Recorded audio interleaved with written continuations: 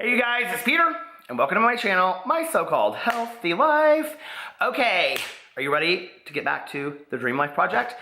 So, one of the things that I think is important in life is review and relearn, or review and remind ourselves what we've learned, if that makes sense.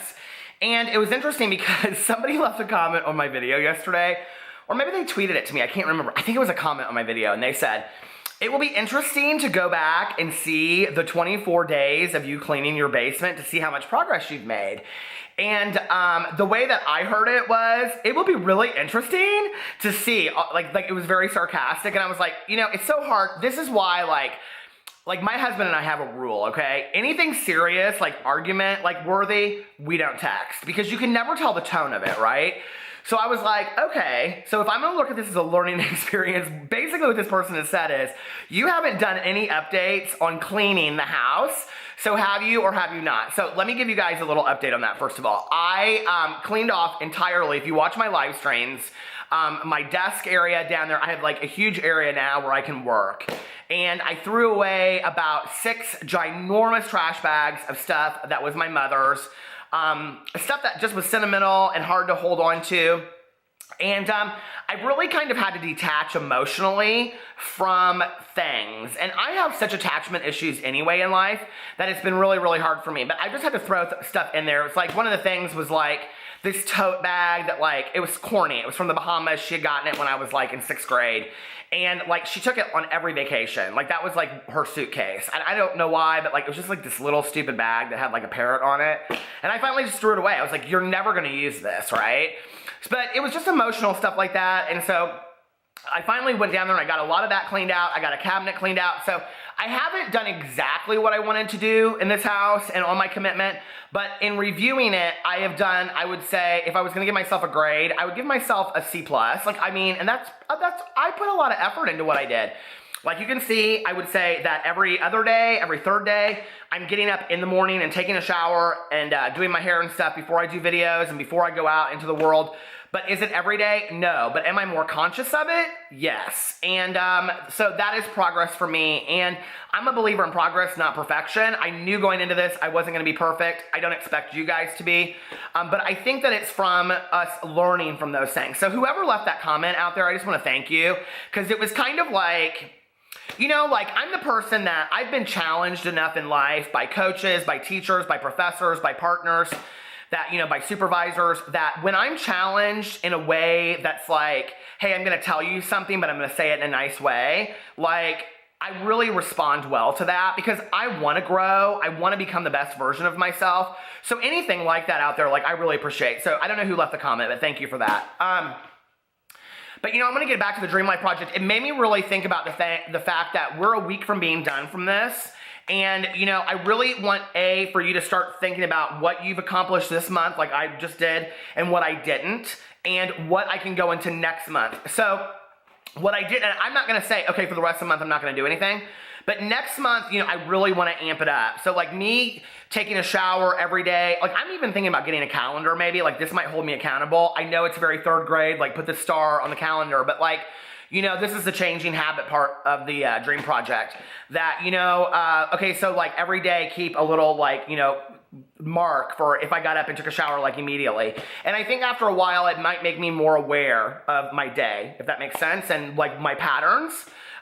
So that's one thing I'm gonna do. I think I'm also gonna make a list of every day before going into December, what I wanna clean out every day, if that makes sense. That cabinet I would call cabinet A, and that will be December 1st or something like that. I wish I had done that on November 1st. It would have given me a little bit more of a plan instead of just being, I get overwhelmed very easily with looking at all of it and going, it's very similar to losing weight. It's if I have 100 pounds to lose, instead of looking at it in 5-pound increments like I've been doing, that's much easier, and I've talked about that on here, that it's if I said to you, if this tree fell down in the woods, could you carry that tree? And that you'd be like, no, but if I cut it up into 100 pieces, you could easily carry it, right? So that's the first thing that you want to do is kind of plan going into December. And then what I would like for you to do is just think of that as a conscious exercise that you're going to continue to do in your life, okay? I want you to change that, to change that part of your life and maybe plan going into every month, every 6 months, every quarter, every year, whatever you want to do, whatever works best for you, And it doesn't necessarily have to be in changing a negative habit to a positive, but it could be in doing something different. You know what I mean? Like if you go into, let's say, March or April and saying, this year I'm going to have a garden and 4 days a week I'm going to work on the garden, or whatever it is, that you want to do, that, okay, I'm going to take 4 trips this year with my family, each one for each quarter, and you go into it and you have a goal and you plan that goal ahead. Things happen when we plan them and we put action to our plans. But then I wanted to go back and I wanted to just look at everything that we've done this month, and I think it's a good learning experience to kind of look through here and say, oh, this is what I've done. This is what I've learned from it. Am I closer to my dreams? Are you still, this is the most important part. Are you reading your dreams on a daily basis? And if of everything that I've done this month, that is the one thing I've done because I know how important that is, right? But what was interesting was going back to the very first day, and I looked at my notebook, and it was the very first line that I wrote down where I said, I am fully committed to allowing myself to dream. And, the number one thing I want for all of you guys out there, right? No matter where you are, because I get so many messages. I just got a message like this from today from a young man who is currently in treatment, and he was allowed to go out for the day because he and his girlfriend lost a baby. And, he said something to me about, your videos really get us through this, and thank you so much, and thank you for all that you do and everything that you say. And, I know in situations that are so overwhelming, so tragic-filled, so toxic to our lives, we think it's never going to get any better than this. It's never going to be, any better than it is now. Life's just going to suck. It's just going to be one burden after another. And one of the things that I've learned is that people that have that language tend to attract those lives. Shit is going to happen to us. Just because I got sober did not mean I was going to have a life of luxury and awards for the rest of my life. Shit's going to happen, and I'm going to have to deal with shit. Shit in life just happens. It's like that cup that, you go places, you see people that buy, it says shit happens. It does, that's life. That's part of it. And I'm very much a believer that life is the bitter and the sweet. And without one, we wouldn't have the other. And I'm a big believer in turning our wounds into wisdom.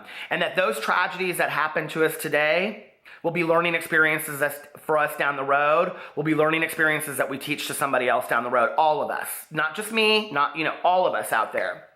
And so the reason that the Dream Life Project is so important to me is because even if in your darkest moment, you can say to yourself, yes, but 5 years down the road, I don't know where I will be.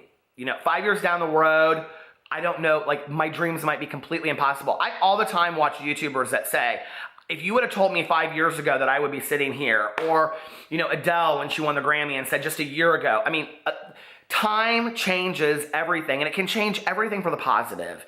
And it depends on our attitude and our perspective and what we do with it. And I think it's really, really important to always have a perspective of dreaming. And, when I was a little kid, people would say to me, oh, Peter's dreamy. He's always looking out the window. He's always planning things. And I would just be writing stories. And my stories would be about, me going on adventures to France and people were chasing me and, or me winning $1 million. It was just always these adventures to get out of myself, right? And, I think it's really important to realize, number one, that being dreamy and that dreaming of whatever you want in the world is okay. But then chasing it is even better because you don't know what's right around the corner from you. And truly, truly, your biggest dream literally might be within your reach and you don't know it. The worst tragedy that you are going through in your life right now might be right on the other side, your biggest wish, your biggest dream. And sometimes that is what happened to me, or sometimes for me, my biggest dreams fulfilled are me closing the door on the biggest tragedy that I just went through. And I have to acknowledge that, I have had this amazing career working in the field of addiction, but that wouldn't have happened had I not, gotten sober and had to go through horrible legal issues and all that kind of stuff that happened to me all at once, I love my mother. I miss my mother on a daily basis, but had she not passed away, I don't think it would have challenged me to realize how short life is and how much I need to go and chase my dreams and chase what I want. So I really want you to think about all the tragedies that have happened in your life today and think about what you can do to turn that around. And for that couple out there that contacted me, my thoughts and my prayers are with you guys. I know you're going to get through this. I know you will. And stick together, be strong, love each other. All of you guys out there, love one another. Chase after your biggest dreams. It can happen. You can make it happen. We can all make it happen. I love you guys, and I'll talk to you later. Bye.